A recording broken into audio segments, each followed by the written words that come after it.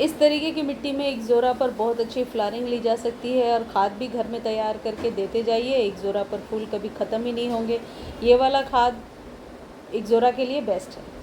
आज के वीडियो में आप जानेंगे कि इक्ज़ोरा के पौधे पर बहुत अच्छी फ्लावरिंग कैसे ले सकते हैं। इक्ज़ोरा को रुकमिड़ी के नाम से भी जाना जाता है और बरसातों में इसमें बहुत ही अच्छी फ्लावरिंग होती है।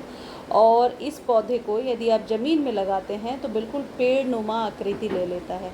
इसकी कटिंग्स को भी ग्रो किया जा सकता है बरसातों में, और इसको संभाल कर यदि आप पूरे साल रखते हैं तो साल के 6-8 महीने बहुत अच्छी फ्लावरिंग ले सकते हैं।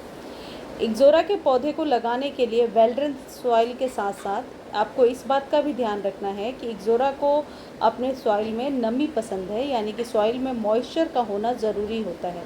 तो जब भी आप इसके लिए सॉइल बना रहे हैं, इसमें कंपोस्ट आप 30% मिलाइए, 30% सैंड और 30% आप कोई भी गार्डन सॉइल ले सकते हैं, 10% कैल्शियम ले सकते हैं। इससे मिट्टी भुरभुरी रहेगी और ऊपर से, जैसे मेरे पौधे की सॉइल आपको ऊपर से नम नज़र आ रही है लेकिन कीचड़ सी नहीं है। यदि मिट्टी कीचड़ सी होती है तो इसमें एक ही प्रॉब्लम आती है कि ये जो डंडी है बहुत ही जल्दी सूखने लगती है, बहुत ही जल्दी सूख जाती है। तो बस इक्ज़ोरा में इस बात का ध्यान रखना है कि सॉइल अच्छा बढ़िया बनाना है। दूसरी सेकंड चीज़ होती है कि पूरे दिन के सनलाइट में रखना है, लेकिन जून की यदि गर्मी है, जून जुलाई वाली जो बहुत ही तेज़ धूप होती है, 40 अबव जब टेम्परेचर होता है, उस समय आपको शेड में रखना होगा। इसके पौधे से हल्की खुशबू आती है और जब इसके फूल खिल जाते हैं तो इन्हें डेड हेडिंग कर दिया करें, यानी कि जब फूल खिलने के 4-5 दिनों बाद कुछ मुरझाए हुए से नज़र आएंगे तो आप स्टेम को नीचे से कट करेंगे।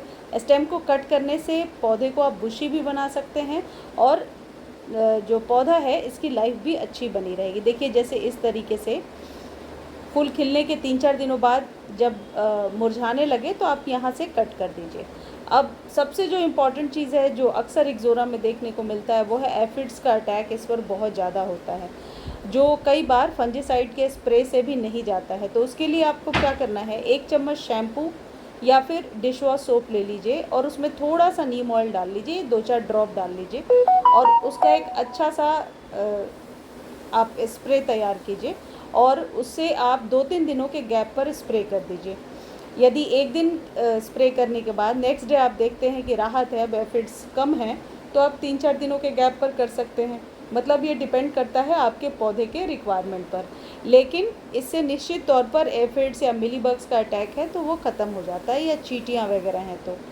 अब जो खाद की बात मैं शुरू में आपको बता रही थी वो ये खाद है, और ये है बनाना पील का फर्टिलाइज़र। यही इक्ज़ोरा के लिए सबसे बेस्ट खाद होता है, टेस्टेड है, बहुत सालों से मैं इसे इस्तेमाल कर रही हूँ।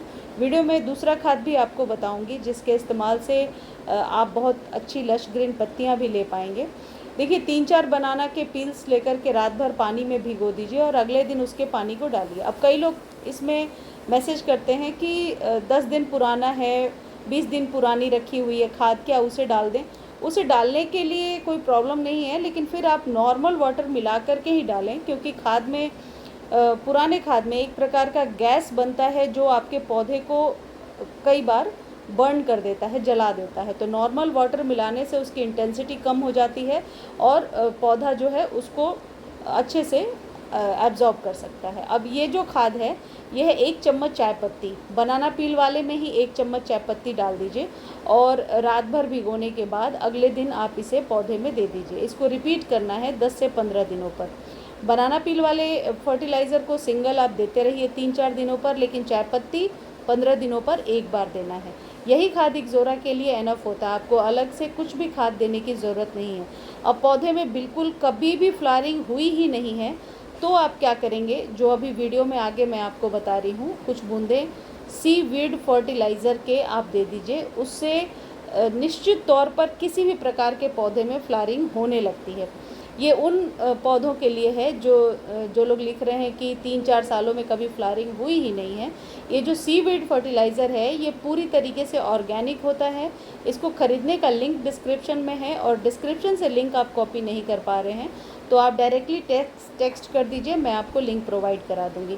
1 चम्मच के करीब 1 लीटर पानी में लेना है और इसे इसकी फ्रीक्वेंसी डिपेंड करती है आपके पौधे के रिक्वायरमेंट पर। मान लीजिए आज फर्स्ट डे दे दिया और कभी फ्लावरिंग हुई ही नहीं है, तो 3 से 4 दिनों के बाद फिर से इसे आप रिपीट कर दीजिए।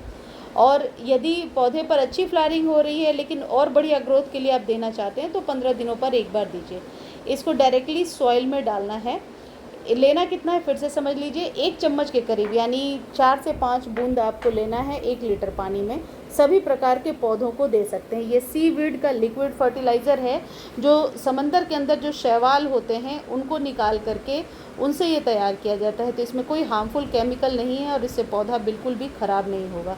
ये जो इक्ज़ोरा का पौधा है, इसे इस बात का ध्यान रखना होता है कि यदि पत्तियाँ सिकुड़ रही हैं या पत्तियाँ जो है पीली हो रही हैं, तो आप ध्यान रखिए कि सॉइल कहीं ज़्यादा ड्राई ना हो गई हो या बरसात में ओवर वाटर ना हो रहा हो। इन दोनों ही सूरत में पत्तियाँ पीली हो जाएंगी और फिर फ्लावरिंग भी नहीं होगी।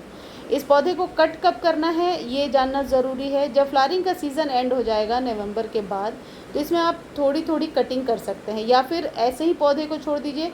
फरवरी में इसमें 1-1, 2-2 इंच कट अपने पौधे के साइज़ के अकॉर्डिंग आप कर लीजिए और फिर इसे अच्छे से 2-4 चम्मच वर्मी कंपोस्ट दे करके आप फर्टिलाइज़ करके छोड़ दीजिए, क्योंकि स्प्रिंग के बाद ये पौधा रेडी होने लगता है फ्लावरिंग के लिए।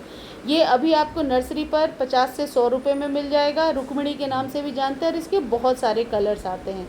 ये जो मेरा पौधा है ये लॉन्ग वेराइटी है, इसकी आप शॉर्ट वेराइटी भी ले सकते हैं जो बहुत आसानी से 6 से 8-10 इंच के कंटेनर में लग जाता है। मुझे उम्मीद है ये जानकारी आपको अच्छी लगी होगी। जानकारी अच्छी लगती है तो चैनल को लाइक, शेयर और सब्सक्राइब कीजिए और इस वीडियो को आप फेसबुक पर भी देख सकते हैं। धन्यवाद।